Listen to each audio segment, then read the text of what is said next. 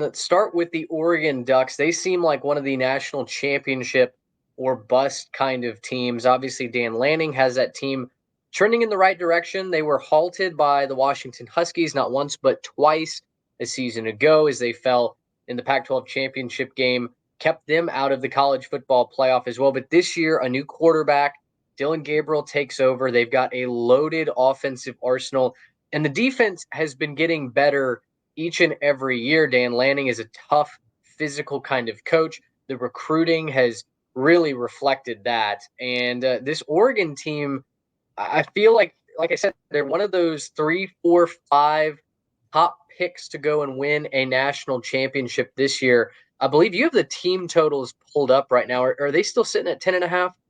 They are. They're at 10.5, and under 10.5 is a slight favorite. So it's minus 122 to go under, about even money to go over. So slight favorite for under 10.5 for the Ducks right now. Yeah, that's fascinating that it's under. So let's look at the schedule to start off. Idaho, Boise State, Oregon State, their first 3 games. They're at Oregon State. Then they've got a chunk of games in a row. Most teams, as I've been writing previews, it's felt kind of like it's been somewhat like 4, 4, and 4 with the 2 bye weeks kind of perfectly bisecting that schedule. That's not the case for Oregon. They've got at UCLA, Michigan State, Ohio State, at Purdue, Illinois, at Michigan, Maryland, at Wisconsin before they get a very weird bye week, November 23rd, and then they'll take on Washington to finish the season. They don't have Penn State on this schedule, which is good in the new Big Ten. Obviously, that's kind of the headline for Oregon, Washington, USC, UCLA. How will they do in this new conference? But still, catching Ohio State, Michigan, and then as I think we'll talk about when we get to the previews, Maryland and Wisconsin in back-to-back weeks, that is no pillow fight. So as you look over that schedule, first of all, do you feel like that line is fair? And then secondly, what do you think a successful season for Oregon realistically should be? I do think the line is fair because I think Dan Lanning and Oregon have earned that level of respect to this point. They are a 10-win program at this point in their development. They haven't quite made it to the playoff yet in the 4-team format. They haven't quite sealed the deal to be in the top of the elite, but they're a solid 10-win program. So betting, do they hit their 10-win plateau or eclipse that is, I think, a fair situation to bet. I also think they're in a situation this year, like, yes, the schedule's tricky. Yes, it's going to be really interesting to see how they navigate a completely new conference and venues they've never been to before. But I think overall, it's weird to say with a schedule that includes both Ohio State and Michigan, I think they did get a relatively favorable draw in the conference schedule. I think they're going to be favored in all but one of their games, and maybe even all of their games. At Michigan is the only one right now that I'm a little iffy on if they'll be favored. I think they'll be favored against Ohio State at home on October 12th. I really do. I think there's going to be that much respect for the home field of Autzen. Both of those teams are going to be coming in probably undefeated at that point, and it's going to be a huge seismic matchup. Probably the biggest game that's ever been played on campus in Eugene. So I think they'll be favored slightly. I think it'll be about a half-point favorite, maybe a pick 'em, but I don't think they'll be a dog in more than 1 or 2 games max this year. So if you just look at it from that standpoint, success is hitting this over first and foremost. Success is getting to Indianapolis and then seeing what happens from there. If you win that game in Indianapolis, you're a top 4 seed and you're expected to be a semifinalist in the Final Four, the way that the bracket sets up. So that's the base. Getting to Indianapolis is the baseline for me. I think anything else for Oregon this year is gravy, but they certainly have aspirations higher than just making it to that Big Ten championship game.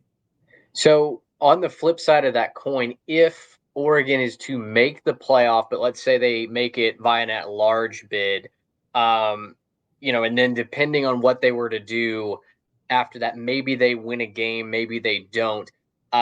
Is it a successful season if they win the Big Ten and make the playoff versus it's not a successful season if they make the playoff as an at-large bid, or where would you kind of draw that line of demarcation?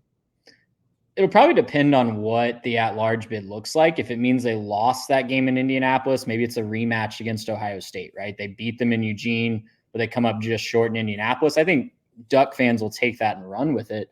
If they limp into the playoffs, play a road game, maybe at a second or third place SEC school in the first round and, get blitzed down south, obviously I think that's falling short of expectations. So it's really hard to say in June what making a 12-team playoff looks like as far as success. Because what if they're a 5 seed and they get the G5 champ going to Eugene, beat them by 50 points, and then lose the Rose Bowl against the 4 seed? That's maybe, the Big 12 champion or something like that. I think most Oregon fans would be a little disappointed with that result. I think that's a disappointing outcome. But if you win that Rose Bowl game or whatever bowl game it ends up being and play a tough game in the semifinals, you're probably really ecstatic and happy about the future. So the tools that they have, they are a national championship contender in this. Just to kind of give us a frame of reference here, Oregon is minus 250 to make the college football playoff right now. That means you have to bet $250 to win $100 if you're not familiar with what that means. So they're a heavy favorite to make it. So it's all going to depend on what it looks like after that. To win the national championship right now, they have the 4th best odds in the country at plus 850. So they're certainly expected to be at least a semifinalist, I would say, and making it to the semifinals should be the bar for what they seek to do in the in the playoff. Yeah, I think that's a good point. Like, if you are shooting for the national championship and you miss and fall amongst the stars, like the semifinals, you would hope as an Oregon fan is kind of that floor, right? I think anything less than making the first expanded playoff is an abject failure, especially with the talent on that roster. You mentioned it, like the schedule is, I think, a little uncomfy the way it sets up with the bye weeks. They've got a couple of tricky road games. They go to Michigan, they go to Wisconsin. But other than that, Oregon State too. That's going to be really interesting. How Corvallis treats them week 3. Yeah, exactly. So that's a fully renovated, Reser Stadium, and a mad fan base that feels like they got left behind. Yeah, exactly. A very mad fan base.